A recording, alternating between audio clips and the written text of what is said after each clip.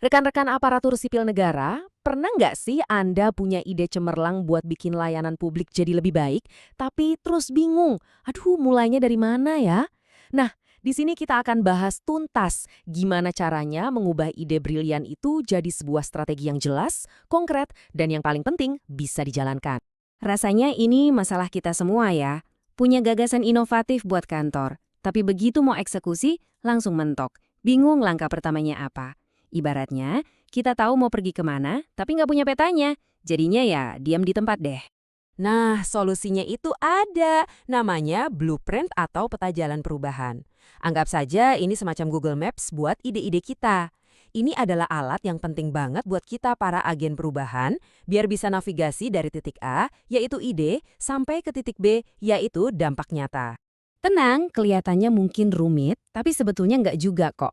Prosesnya bisa kita pecah jadi 5 langkah utama. Mulai dari lihat kondisi sekarang, tentukan mau kemana, buat jadwalnya, ajak tim yang pas, sampai siap-siap kalau ada halangan.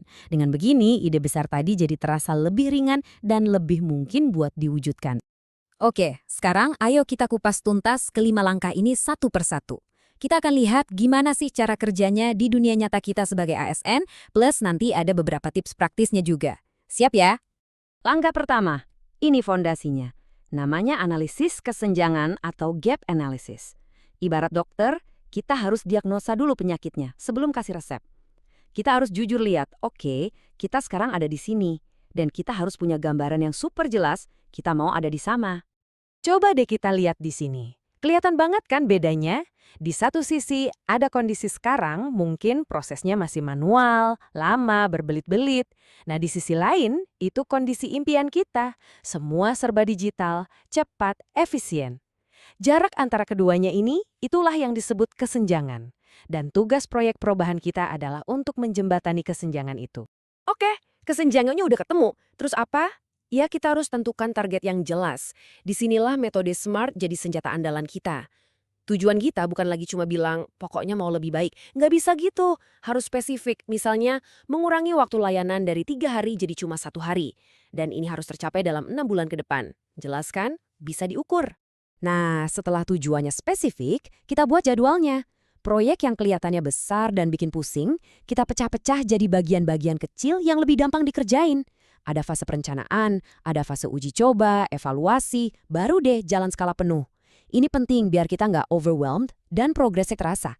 Tapi ingat, peta jalan sebagus apapun butuh orang yang tepat buat menjalankannya. Dan ini dia, kita sampai ke elemen paling penting dalam setiap perubahan, manusia.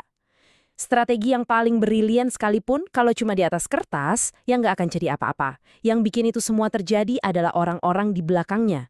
Ini kerja tim, bukan kerja solo. Jadi, kita harus pintar-pintar memetakan siapa saja sih yang bakal kena dampak dari perubahan ini, siapa yang bakal mendukung, siapa yang mungkin bakal menolak. Dan yang paling krusial, temukan champion atau jagoan perubahan Anda. Ini bisa jadi rekan kerja atau atasan yang punya pengaruh, yang bisa jadi backingan kita buat mulusin jalan di tengah birokrasi. Tentu saja, nggak ada rencana yang bisa mulus 100%. Pasti ada aja cobaannya kan? Nah, perencana yang hebat itu bukan cuma bayangin suksesnya, tapi juga sudah siap kalau ada masalah. Ini yang membawa kita ke langkah terakhir yang super penting. Coba perhatikan tabel ini. Ini adalah cara berpikir proaktif. Sebelum masalahnya datang, kita sudah tahu dan sudah siapkan jawabannya. Misalnya, takut anggaran terbatas? Ya sudah, amankan dari awal. Khawatir staf pada nolak? Oke, kita siapkan sosialisasi dan pelatihan yang bagus. Jadi kita nggak reaktif nunggu masalah datang, tapi kita selangkah di depan. Jadi setelah kita lalui kelima langkah tadi, jadi semakin jelas ya, bahwa kita semua sebagai ASN itu punya kekuatan buat jadi motor penggerak perubahan. Ini bukan lagi soal punya ide doang, tapi soal punya kemampuan untuk mengeksekusi ide itu secara rapi, terencana, dan sistematis. Coba deh, kita renungkan kutipan ini. Strategi yang baik adalah separuh dari kemenangan. Waktu yang kita habiskan di awal untuk merancang rencana yang matang, itu investasi yang akan menentukan keberhasilan kita di akhir. Rencana yang bagus itu adalah fondasi dari perubahan yang langgeng dan berdampak. Dan yang paling asik, kerangka kerja ini tuh fleksibel banget. Bisa Anda pakai buat perbaikan kecil di tim Anda, bisa juga dipakai buat merancang reformasi besar di seluruh instansi. Skalanya bisa disesuaikan, tapi prinsip dasarnya tetap sama.